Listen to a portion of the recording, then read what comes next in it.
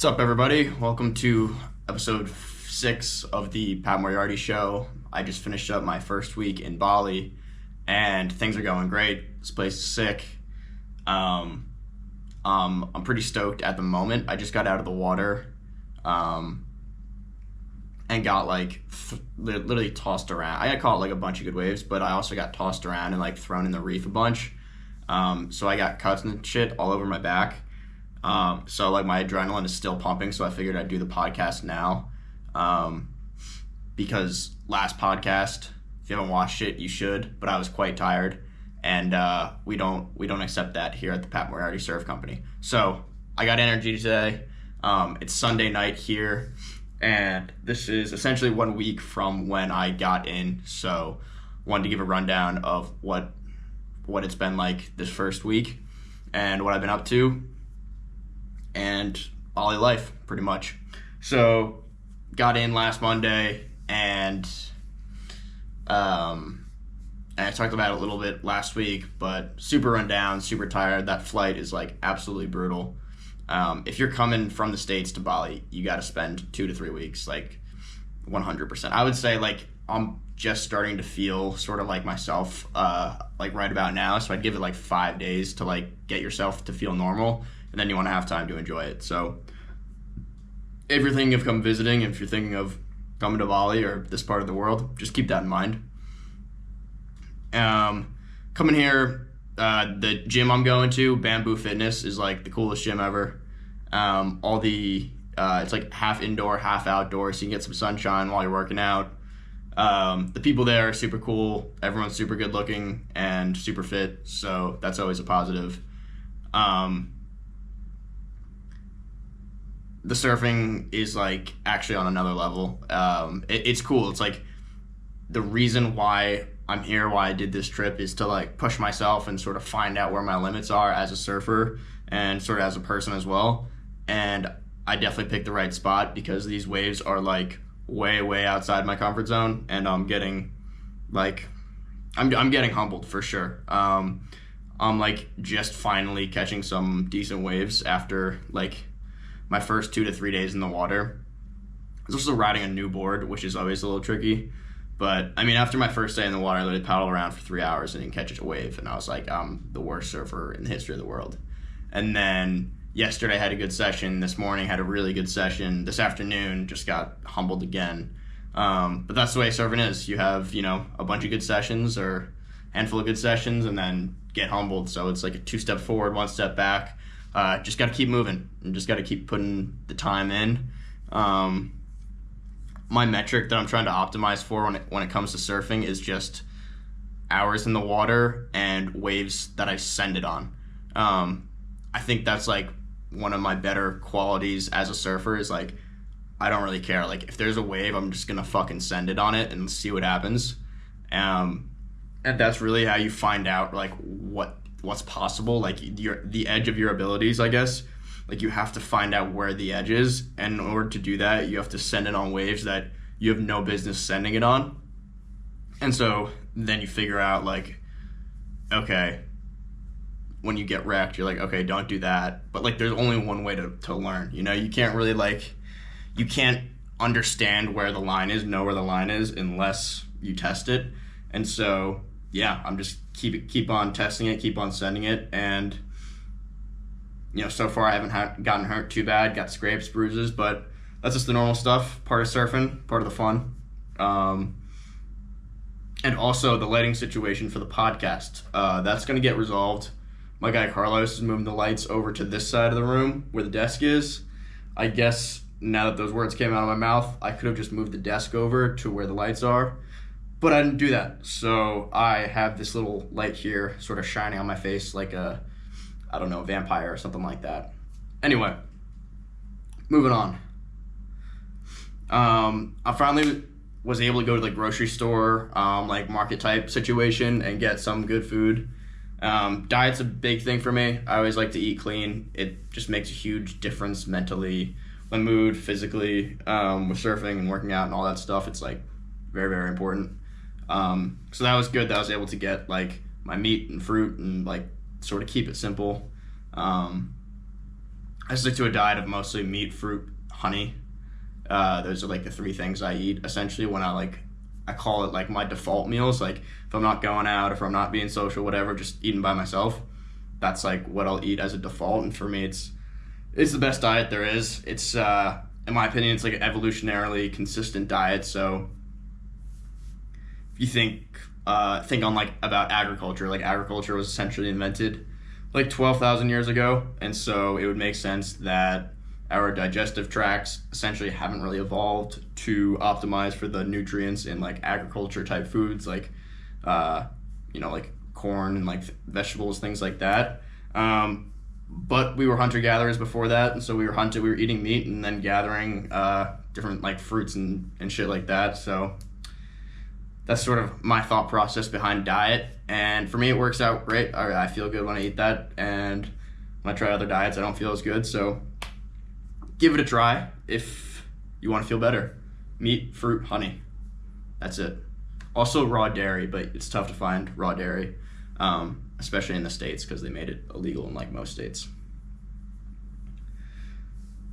Okay, what else is new? What else is new? I'm kind of having like a wall when it comes to like my short form content strategy. I think I wrote my blog for the Substack today.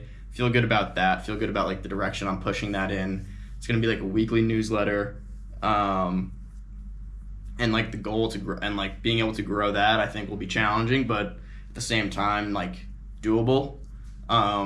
But then as far as like growing on Instagram, like that's my main like vector because I have like 950 Instagram followers at the moment. So that pool is like if you are able to grow it at any rate, essentially, like 950 times anything besides 0 is more than my 10 TikTok followers times anything, right? So it like the beginning base in any exponential sort of like form of growth is really important.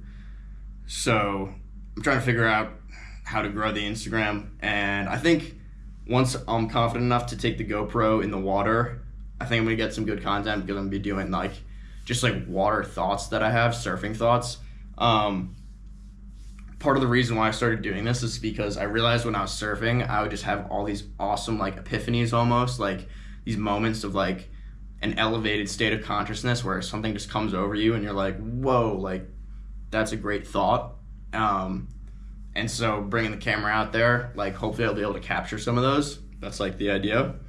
Like I know there are people that like will record themselves and like talk when they're running and stuff. It's the same sort of thing. Like you want to be in a good state of mind when you're filming yourself, because what comes out of your mouth when you're like excited, jacked up, all that stuff is better than when you're, tired and like just woke up or some shit like that. I don't know. Haven't really taken the drone out. I've just been doing a bunch of surfing. Like my mission with this whole thing and like the priorities in my mind at least are like 1A is surfing. Like just become the best surfer I can, and if I don't generate any traction on any social media or anything like that, I really could care less, to be honest. I'm like more so doing that as like a hobby, and then the surfing is like the job, even though the economics don't like agree with that. The economics would say like focus on the social media, and then you actually don't have to be that good of a surfer, because if you can grow social media, then like you'll be able to make money off it and whatnot. But like that's just not where my head's at, not where my like passion's at all. So I'm just sort of following what I like doing, and that's surfing, and then hopefully this other stuff takes hold. We'll see. I don't really know.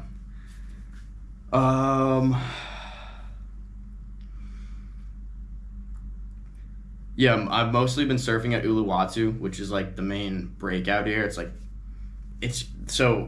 I got great things to say about it. It's awesome, and like bigger waves, more challenging waves than I'm used to.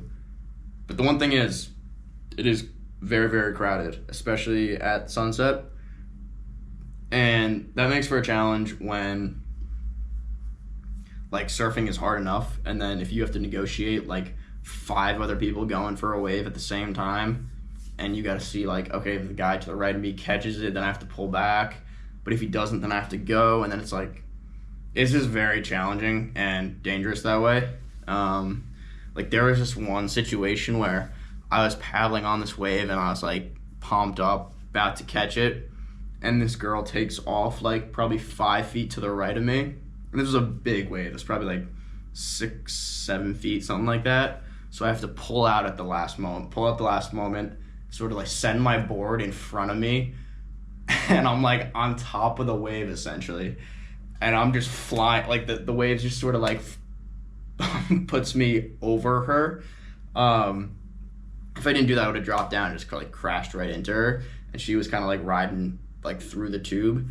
And I was just like flailing arms out, like Jesus take the wheel type thing, praying to God that the reef wasn't like right there. And it wasn't. Actually, it wasn't even that bad of a wipeout. It's crazy how in surfing, you can have these like small waves that somehow just have so much power behind them. Because when it gets real shallow, it kind of just sucks all the water. You're left with this shallow reef right here, and the wave comes and it just whacks you down. It could be like really shallow, but really forceful. And then you have these massive waves, like the one I was talking about before, where there's a bunch of water between the reef and the top of the water. And so if it's a massive wave, you end up being fine, even though you get thrown down a lot harder. I guess the situation you really don't want is like a really big wave with a shallow depth. But luckily, I haven't ran into that yet here. But yeah, surfing on a reef break compared to a beach break, which I'm used to in Jersey and Long Island and like just other parts of the East Coast, it essentially transforms surfing into skateboarding, because like if you mess up, like you get cut up, and that's very different from like the way I learned to surf, where you're like you can sort of be willy-nilly with it when you're just starting on like a beach break, and it's a good way to learn, because if you can make a mistake and then you fall into the water and the sand, it's like not that bad, right? So you don't have to worry necessarily about making a mistake. While here, it's like the margin for error is just much less, and the penalty for messing up is much greater. So you gotta have your shit together, and that's part of why it's fun. So yeah, that's the update. Week number 1 in Bali. Spirits are high. Things are going well. The people here are like so cool. I met this dude, Chris, this surfer, lives in Maui, runs like a bunch of nonprofits in Maui, helping out with the fires, all that stuff. And he's walking from Vietnam to Portugal in like 3 months. Now, he's not doing it in 3 months. It will take him 3 years, but in 3 months' time, he will begin that journey, which will take him like 2 years. And the dude is just like, he's like just one of the cooler guys I've ever met. And you meet a lot of those kinds of people here. Sort of just like people that are out there crushing it and living life. So yeah, it's good. It's good to be in an environment like that. It's like contagious, in my opinion. And yeah, hopefully I got more of that to come. Yeah. The swell is going to pick up on Thursday this week. So in 3 days. I'm going to be resting, going to the gym, stretching, making sure my body's ready to go, because essentially from Thursday on, it's like we're firing. So I'm going to need to be ready to go for that. That's sort of that's like what I'm feeling with the time frame. So I'd say like from when I arrived to now was like portion 1, getting familiar with the water, build up my confidence in there, building up my cardio, all that stuff. And then this next few days will be a little rest, dry land stuff, dry land work, flexibility. And then Thursday the boys are on. So that wraps it up for the Pat Moriarty Show. I think that was my highest energy podcast so far, which I think is good. If it was good, let me know in the comments on YouTube. Be like, Pat, this was good. And share it. Send it to your brother. Send it to your friend. Send it to your mother. Send it all around. Thanks for the support. Till next week. Peace out.